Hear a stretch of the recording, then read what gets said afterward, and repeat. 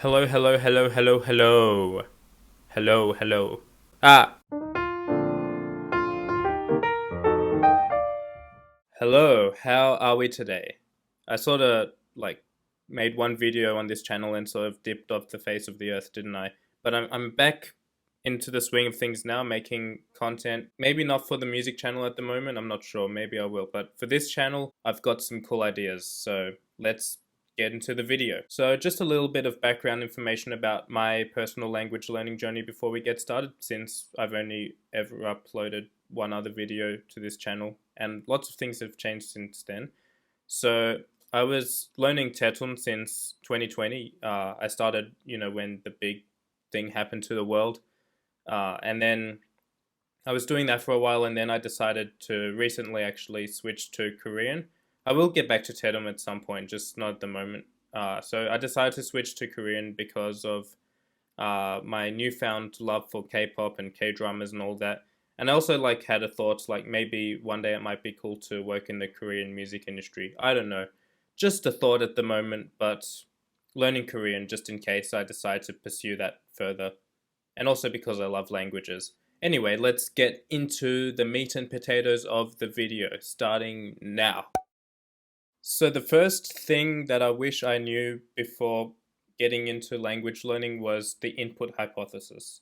I think the input hy- I think the input hypothesis I think the input hypothesis is something that every language learner who's serious about getting good at the language they're learning should know about, at least on a surface level. But I think the more you understand how the input hypothesis works, the better equipped you'll be to progress in your language learning journey. I'm going to give a very surface level explanation to the input hypothesis in this video, just because there are so many videos on YouTube already about how the input hypothesis works, including one of the originator of the input hypothesis, Stephen Krashen, giving a talk about it himself, which all of you should definitely check out. But the basic sort of foundational ideas of the input hypothesis are these. So the first factor I'd like to talk about in regards to the input hypothesis is the differentiation between learning and acquisition. So I've been saying language learning so far, but what I've been doing with Korean has actually been language acquisition. So I'm going to talk about what Stephen Krashen says the differentiation between these two concepts are. So learning is sort of what we do at schools in regards to language instruction. And that sort of consists on, vocabulary lists, grammar drills, all of that stuff, which gets you very well equipped for knowing a lot about the language, but not necessarily having a sort of intuition for how the language should be spoken and written. An intuition for how the language should be spoken and written comes from acquisition. And acquisition, Stephen Krashen says, is a subconscious process that completely happens, subconsciously. Your conscious mind doesn't really play much of a role into it, and it happens when you sort of engage in listening to things in the language and reading things in the language. And the main factor to acquiring language effectively is understanding the message behind what is written and what is being said if you're doing listening. And Stephen Krashen refers to this as comprehensible input. Different types of input obviously have different levels of comprehensibility, and they also have different levels of compellingness. And it's sort of up to the acquirer to decide whether they want to prioritize having their input being super comprehensible. For example, like a video of someone being like, this is a pencil, this is a hair tie. That is very sort of baseline comprehensible input, right? Whereas something like watching a show in your target language without subtitles, maybe a show that you already know the plot of, that you've already seen with the English subtitles on, but without the subtitles this time, that also counts as comprehensible input, and it might be a lot more compelling to watch, but it's not the same as someone holding up a pencil and being like, this is a pencil, the pencil has a rubber at the end of it, the pencil is red and black, um, watching a show in your target language is a lot less direct comprehensible input. So I think it might actually take longer to do it that way, but you might actually be more likely to stick with it for the long run if you do it that way, perhaps because the input's more compelling. You're more likely to go back and watch your favorite shows, or even like read your favorite books or whatever, even if it's like a bit above your level, because the input is compelling. So it's up to the acquirer to sort of decide whether they want their input to be super comprehensible, but not very compelling, or super compelling, and but like maybe a little bit less direct in terms of how comprehensible it is. And who knows, maybe some people might be really compelled by like seeing someone describe objects. This is a pencil, this is a hair tie, this is a mask or whatever, at the start. But you know, eventually you're going to want to dive into native content, because that's where like the real meat and potatoes of language happens. Stephen Krashen also differentiates input, which is reading and listening, to output, which is speaking and writing.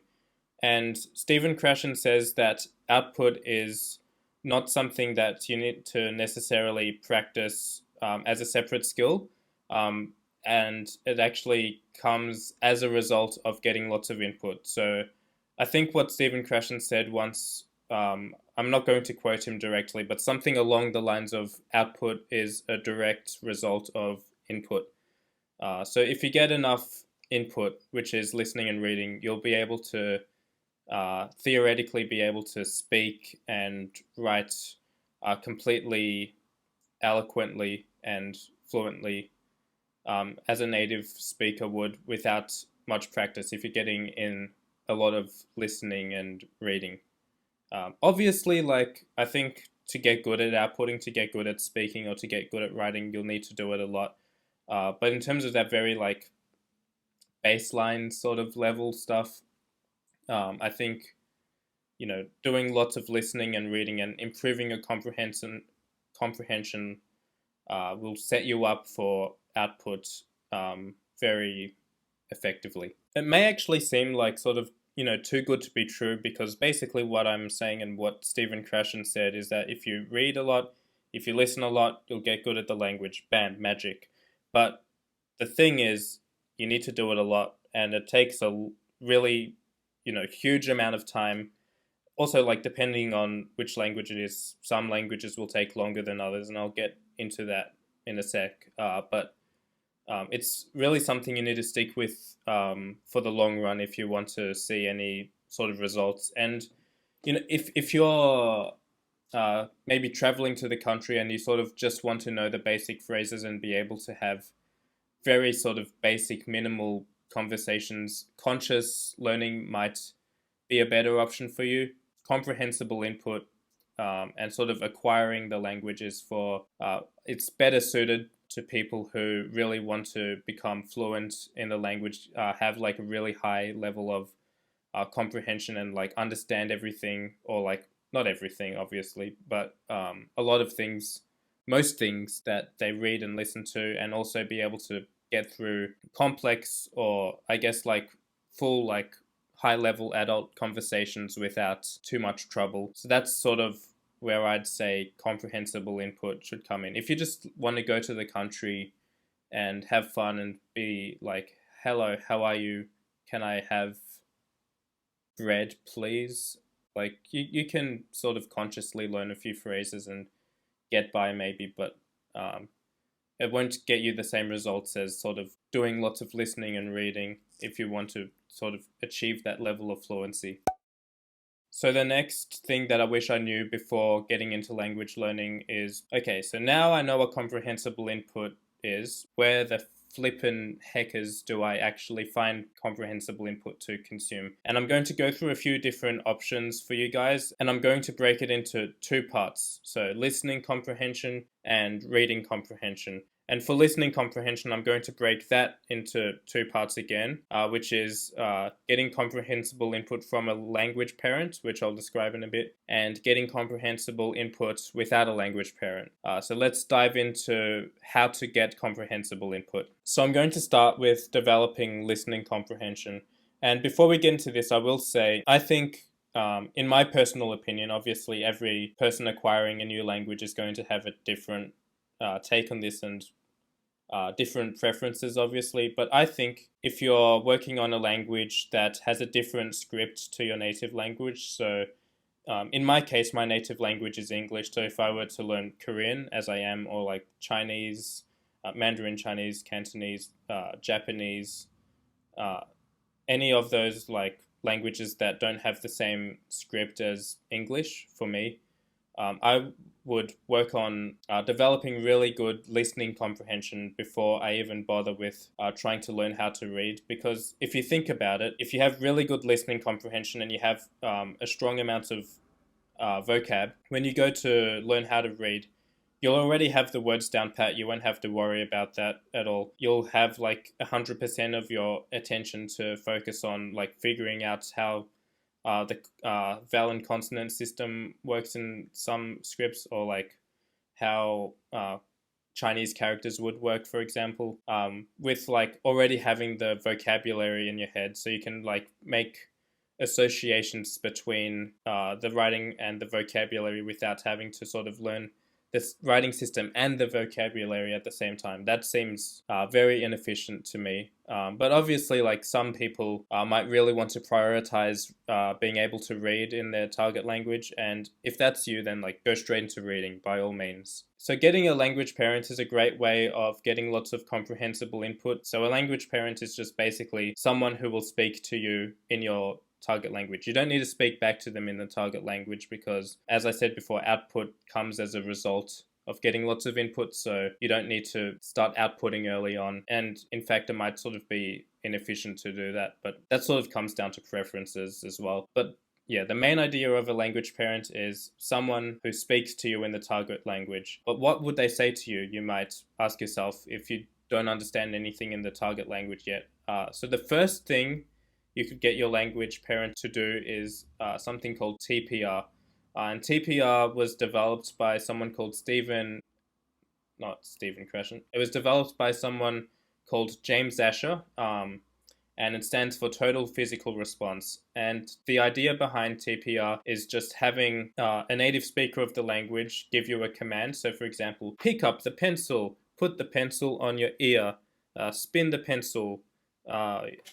It's not just with pencils, raise your left hand, slap yourself in the face, all of that good stuff. And the idea is that you do the commands with your language parent, and then eventually, like, you might memorize a few commands and the language parent might not need to do the commands with you anymore. They can just say, pick up the pencil, and then you do that command, and then they'll say another one, spin the pencil or whatever, and you'll have that memorized so you can do those commands. And then they'll apply the same verbs to different things. So instead of pick up the pencil, they might say pick up the mask, and you're sort of developing vocabulary very organically that way. It's sort of the same way like children acquire their first language, because their parents are always giving them commands, do this, do that, do this, do that, and that's actually like a really effective way to acquire language. So that is one way of getting comprehensible input via listening. I'm just going to quickly go on a little tangent here just to touch on how to actually find a language parent, because I realized I forgot to mention that before. So the first way you can find a language parent is the way I do it, through italki, which is a directory for online language tutors. And you can just like pick a language tutor. They all choose their own price.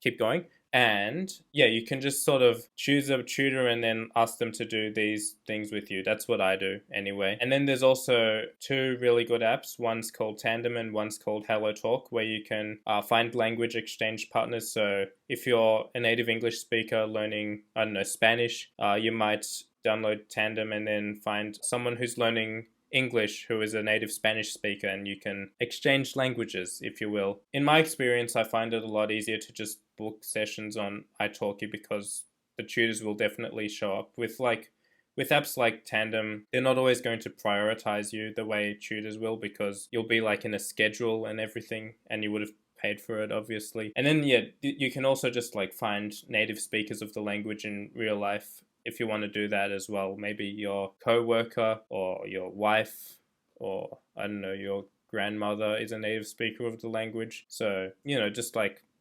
find someone to be your language parent. I think it helps a lot. So the other method that I like to use with language parents is a method called crosstalk. And the idea behind crosstalk is everyone speaks their own native language. So I speak English, the other person speaks Korean. And again, you may be like, but Josh, I don't understand any Korean. How are we going to do that? Well, what I do with my Korean is we look at pictures. So my language parents will share a picture on their screen and they'll describe the picture to me, like whilst pointing at stuff with their mouse. And then in English, I'll ask them, hey, is this hippopotamus in this picture big or small? And then they'll repeat the question to me in Korean and then answer the question to me also in Korean.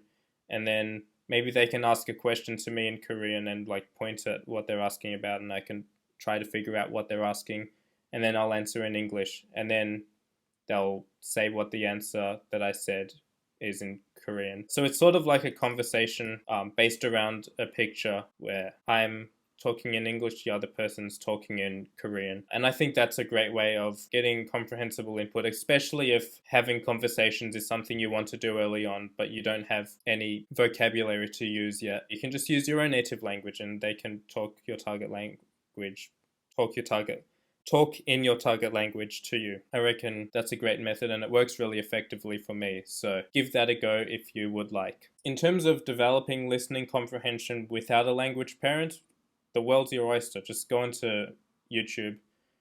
In a lot of languages, not every language, there'll be like comprehensible insert language here videos. So like since I'm learning Korean, I just search up comprehensible Korean or comprehensible input Korean, and there'll be videos of people sort of describing things in Korean and just making it very clear what they're talking about based on the visual context. And then like if you want something more compelling and you're okay with a little ambiguity, you can, rewatch shows that you've already seen with English subtitles and just watch them without English subtitles on Netflix or whatever streaming service you use. You can watch YouTube videos in the target language. I like watching cooking videos because they're very comprehensible in terms of like, you can tell what they're talking about because if they get out an ingredient or whatever, they'll say what the ingredient is in the language and you can be like, oh, that word means that. And then maths, like very basic maths tutorials, like 1 + 1 = 2 level sort of stuff, because again, like it's very obvious what they're saying based on the visual context. Anything where it's obvious what they're saying based on visual context is a great form of comprehensible input.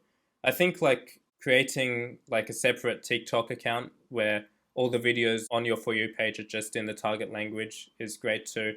And doing the same thing with YouTube. So you just get like an array of recommendations that are in your target language and just like watch a lot of stuff. Like you won't understand a lot of it at first, but over time, the more you do it, the more you will. And again, like this is a really long process. It's not going to happen overnight. You need to sort of stick with it for the long run if you want to see effective results from it. If you want to get more exercise in as well, just get workout videos that are in your target language. That's actually been like sort of like a pretty good motivator for me, I think, to do more exercise. Just like use home workout videos that are in Korean, because again, it's clear what they're saying based on the visual context most of the time, and you get exercise from it as well. It's a win-win. So consider that as well if you want. In terms of developing reading comprehension, as I said before, if you're doing this in a different script, maybe, delay it a bit, put it off a bit. That's what I'm doing. If you're acquiring a language that's in the same script as your native language, and you can jump into reading straight away if you want. Obviously, like preferences, just do what you enjoy. But whatever level you're at, reading is a great thing to do if you want to do it. So to develop reading comprehension, a great website is Link, LINGQ, which is founded by the amazing Steve Kaufman, who is an amazing polyglot YouTuber, one of my favorites. I could sit down and watch his videos for hours and not get bored. I love watching him talk. But anyway, yeah, Link is a great website. Basically, the idea behind Link is you can import any sort of PDF text, or also like subtitles from videos and all of that stuff. And the words that you don't know will show up as blue, and then the words that you've seen before and saved will show up as yellow. And then like if you sort of know a word, you can like move it to a lighter shade of yellow. And if you are really confident that you know the word, you can shift the word to white. And then if you're reading a page that's full of white words, you know you've made progress in the language because you know all of the words on the page if they're all white. So that's a great way of developing reading comprehension. And also, like, if you click on the word, it will just give you the translation in your native language. So it's a very sort of easy and user-friendly way of getting into reading. If you don't want to use Link, you can just read very basic books. So like children's books are a great way to go. I know when I was learning Tetum, I used a website called Let's Read Asia, which just had like a huge library of really basic children's books in the language. If that's a bit boring for you, you could try reading something more advanced, but I highly recommend using Link if you're going to do that, because it will just make it all the more comprehensible to you. And the other way is Ollie Richards' short stories. So Ollie Richards is another just amazing language YouTuber here on YouTube, and he actually writes his own books, which are short stories in foreign languages, and they're designed for language learners or language acquirers, whatever. I haven't read them, but from what I've heard, they're very good, well-written stories. They're not sort of like stories that you'll get sort of bored and dozed off by, and you're like, I need to get through this so I get more language. Like, you'll actually be sort of engaged in the stories when you're reading them, which I've heard. I can't like say it from my own experience because I'm not sure, I haven't read them yet. But Ollie Richards is amazing, so I'm sure the stories are amazing too. Anyway, on to the next thing that I wish I knew before getting into language learning or language acquisition. It's annoying because like we still say language learning like in a casual sense, but the technical term is language acquisition. So it's like, which word do you use? I don't know. But yeah, I don't know. I'm just going to use them interchangeably, but just know I'm always talking about acquisition. Anyway, the next thing that I wish I knew about before getting into the language that I am learning. I don't know what accent that was. I don't know where that came from. But anyway, the next thing that I wish I knew is the FSI language difficulty rating. I said that correctly. So, what is the FSI language difficulty ranking, you may ask, as you probably are right now, and just on the edge of your seats waiting for the answer, because you are so compelled by this video right now. You just...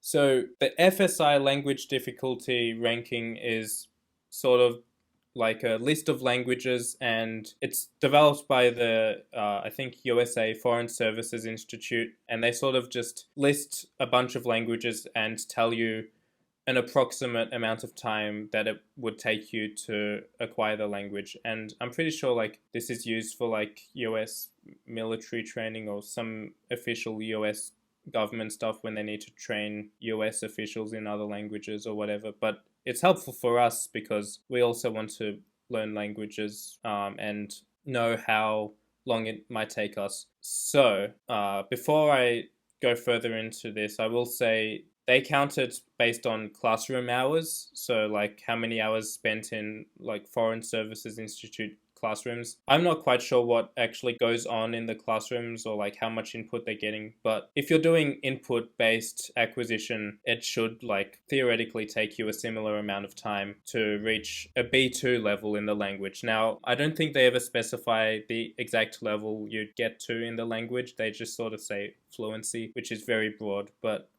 my theory is that the hours that they list would be likely to get you to a B2 level in the language. The FSI, like, they don't have every single language, so if you're learning a language that's not on this list, you can sort of guess based on which languages the one you're learning is similar to. If it's not similar to any of the languages on this entire list, then it's probably going to take longer to learn rather than shorter, just because difficulty of languages are largely based on how similar they are to the languages you already know. And indeed, the FSI is designed for native English speakers. So if you're a native English speaker, then this list will be a great asset to you. But if you're a native speaker of another language, then just keep that in mind and know that like some languages might vary, I guess, like on how long they might take you to acquire.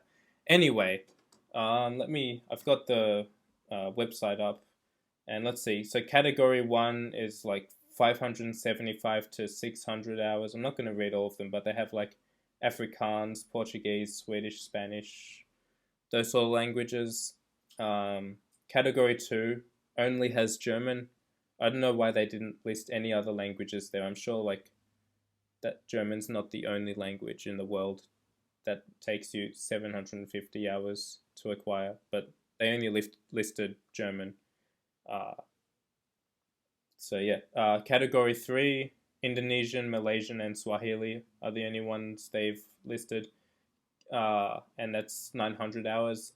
Category four, 44 weeks. You've got like a lot of languages here, so I think that's like the majority of the languages on Earth. So like Albanian, Nepali, Thai, Zulu, Hindi, Russian, Serbian. So quite a wide array of languages here. And then category five, which is 2,200 hours, we've got Arabic, Cantonese, Mandarin, Japanese, and Korean.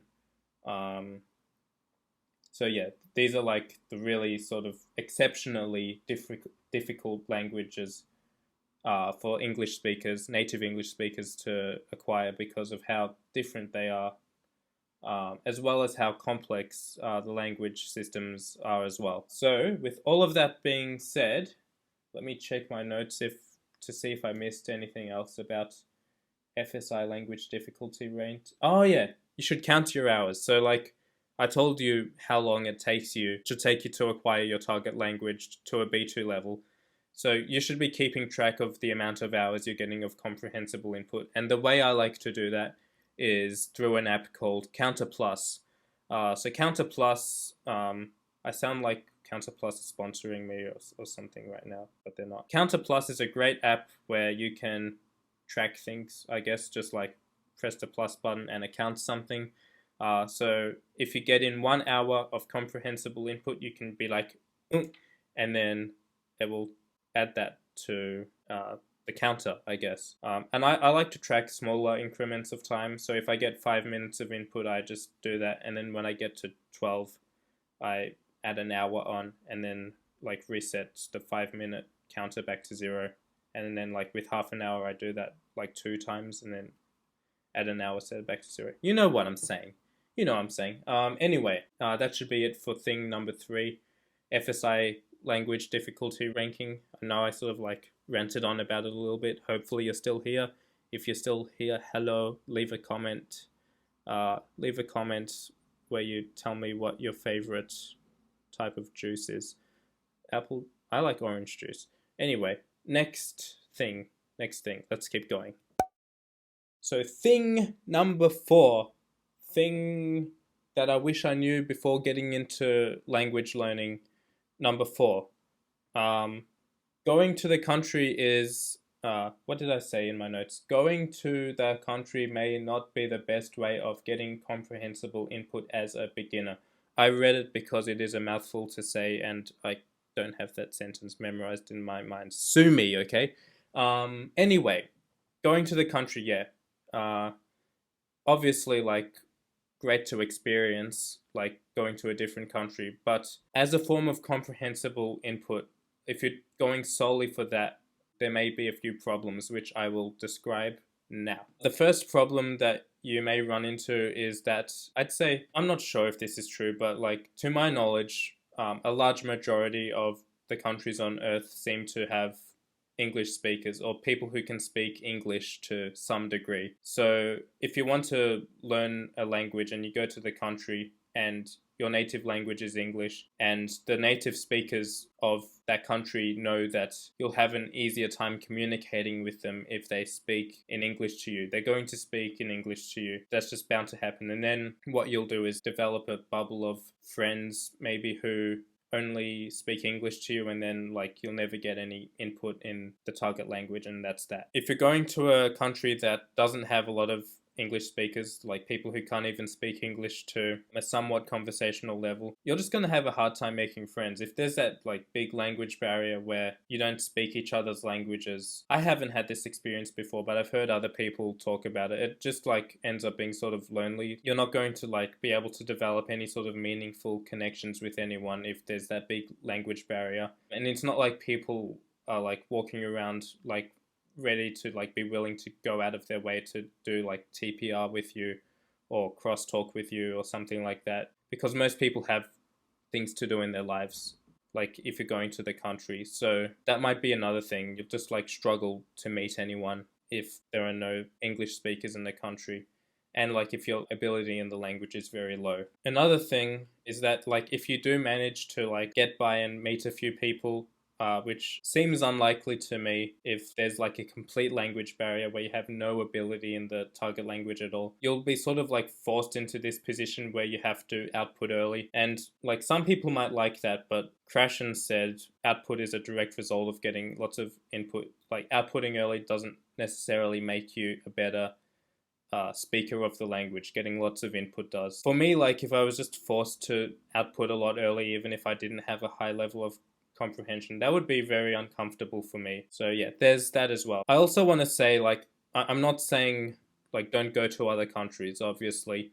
What I'm saying is don't go to other countries if like your sole reason for going to that country is to learn the language and to get lots of comprehensible input, because you can do that from home and then go to the country and speak the language to the locals. But you know, if you just want to go for a holiday or something, do that. I'm not saying like don't go to countries until you can speak the language, like obviously. But if you're going for the sole purpose of learning the language, then learn the language first and then go. Or like develop some sort of competence in the language and then go, if that makes sense.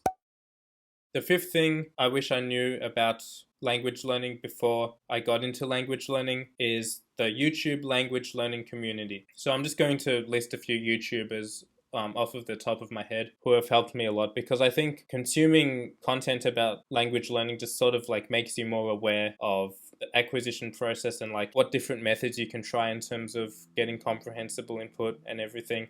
And of it, honestly, for me, they're just enjoyable videos to watch. They're what I watch in my leisure time for fun. So off the top of my head, I'm going to miss some people here. So like, forgive me if I miss your favorite language YouTuber, but Lindy Boats, or Botes, Days of French and Swedish, Steve Kaufman, Robin McPherson, Fingtam Languages, Natalia Gaza, if you're learning Korean, Polyglot Progress, Ollie Richards, I mentioned him before, Luca Lamperiello. Obviously, like, there are plenty more people, but yeah, they're the ones I could list off the top of my head. Just like go into the rabbit hole, you know, check out lots of language learning method YouTubers. They're different to like the polyglot surprises natives on the street sort of YouTubers. I mean, like, those could be fun sometimes. It's not usually what I personally watch. So those people are my recommendations if you want to like go down the rabbit hole of YouTubers who talk about language learning and language acquisition. And you probably know those people already if you're watching this video. But just in case. So with that being said, thank you for watching this video. I will try to upload more videos in the future. I know I sort of just like dipped and came back like a few months later, but I'm going to make a more sort of deliberate effort to put out content about language learning now. I might upload more to my music channel as well, but at the moment I'm sort of out of ideas for that, because I used to make vlogs of the gigs I did, but I haven't really played many gigs recently, so I need to like think about something else to do on YouTube and on my music channel. But in terms of this channel, I've got lots of ideas, so stay tuned. Subscribe, like, blah, blah, blah. You know the drill. Have a good one. See you soon. Bye-bye.